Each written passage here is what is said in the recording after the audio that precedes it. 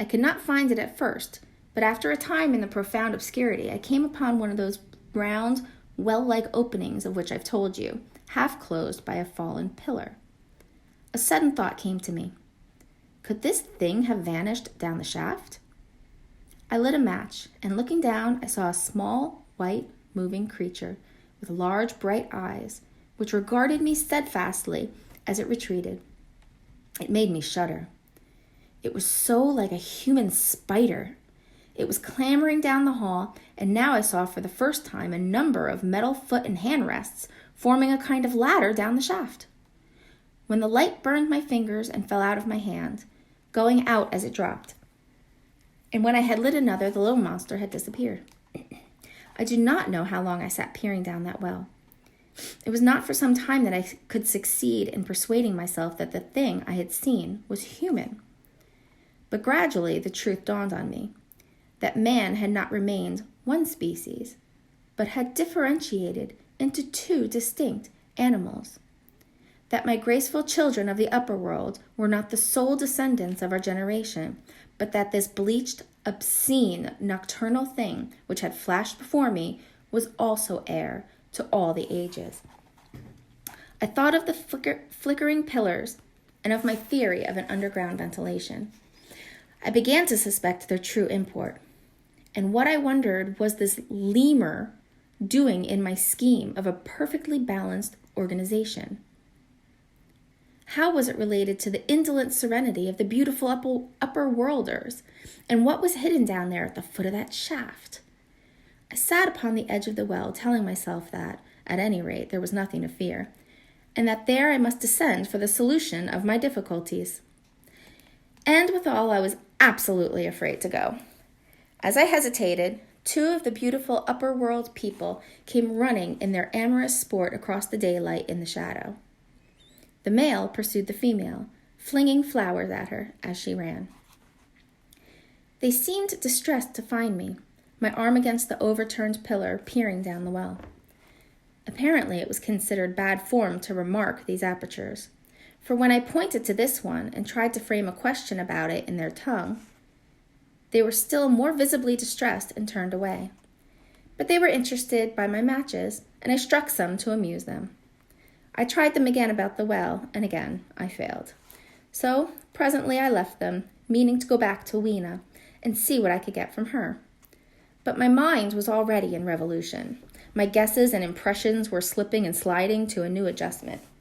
I had now a clue to the import of these wells, to the ventilating towers, to the mystery of the ghosts, to say nothing of a hint at the meaning of the bronze gates and the fate of the time machine. And very vaguely there came a suggestion towards the solution of the economic problem that had puzzled me. Here was the new view. Plainly, this second species of man was subterranean. There were three circumstances in particular which made me think that its rare emergence above ground was the outcome of a long-continued underground habit. In the first place, there was the bleached look common in most animals that live largely in the dark. The white fish of the Kentucky caves, for instance. Then, those large eyes with the capacity for reflecting light are common features of nocturnal things. Witness the owl and the cat. And last of all, that evident confusion in the sunshine, that hasty yet fumbling awkward flight towards dark shadow, and that peculiar carriage of the head while in the light, all reinforced the theory of an extreme sensitiveness of the retina. Beneath my feet, then, the earth must be tunneled enormously, and these tunnelings were the habitat of the new race. The presence of ventilating shafts and wells along the hill slopes, everywhere in fact except along the river valley, showed how universal were its ramifications. What so natural then as to assume that it was in this artificial underworld that such work as was necessary to the comfort of the daylight race was done. The notion was so plausible that I at once accepted it and went on to assume the how of this splitting of the human species. I dare say you will anticipate the shape of my memory, though. For myself, I very soon felt that it fell far short of the truth. At first, proceeding from the problems of our own age, it seems clear as daylight to me that the gradual widening of the present merely temporary and social difference between the capitalist and the laborer was the key to the whole position. No doubt it will seem grotesque enough to you, and wildly incredible. And yet even now there are existing circumstances to point that way. There's a tendency to utilize underground space for the less ornamental purposes of civilization. There's the Metropolitan Railway in London, for instance. There are new electric railways, there are subways, there are underground workrooms and restaurants, and they increase and multiply. Evidently, I thought, this tendency had increased until industry had gradually lost its birthright in the sky. I mean that it had gone deeper and deeper into larger and even larger underground factories, spending a still increasing amount of its time therein till the end. Even now, does not an East End worker live in such artificial conditions as practically to be cut off from the natural surface of the earth?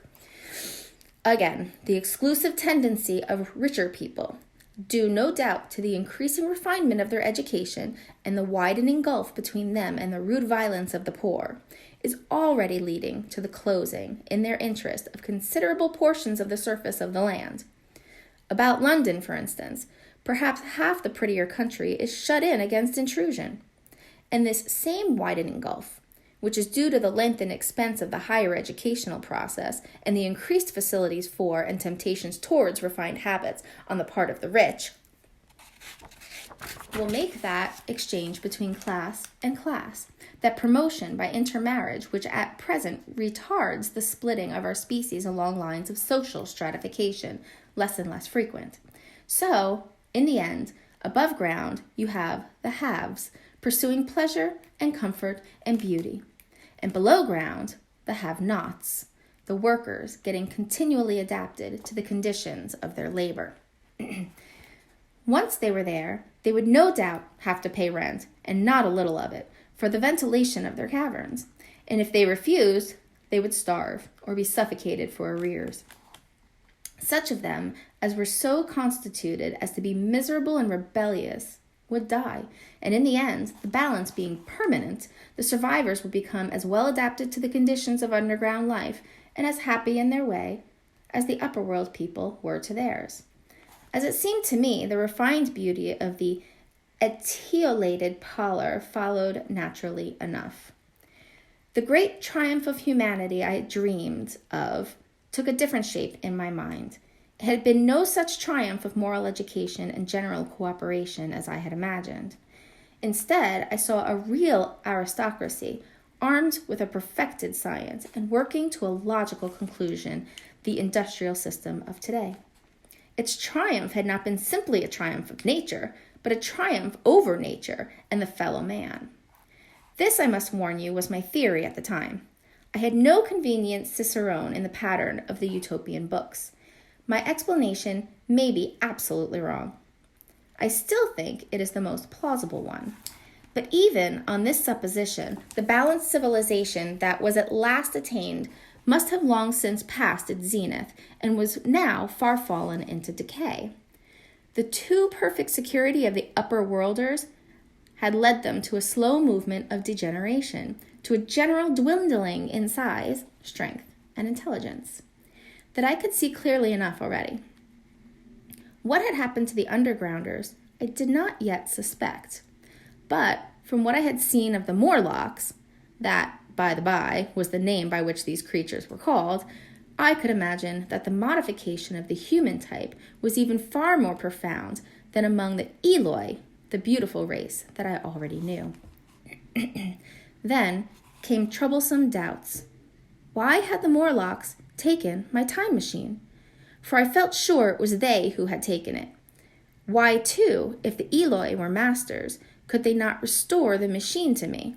And why were they so terribly afraid of the dark? I proceeded, as I have said, to question Weena about this underworld, but here again I was disappointed. At first she would not understand my questions, and presently she refused to answer them. She shivered as though the topic was unendurable, and when I pressed her, perhaps a little harshly, she burst into tears. They were the only tears, except my own, I ever saw in that golden age. When I saw them, I ceased abruptly to trouble about the Morlocks, and was only concerned in banishing these signs of the human inheritance from Weena's eyes.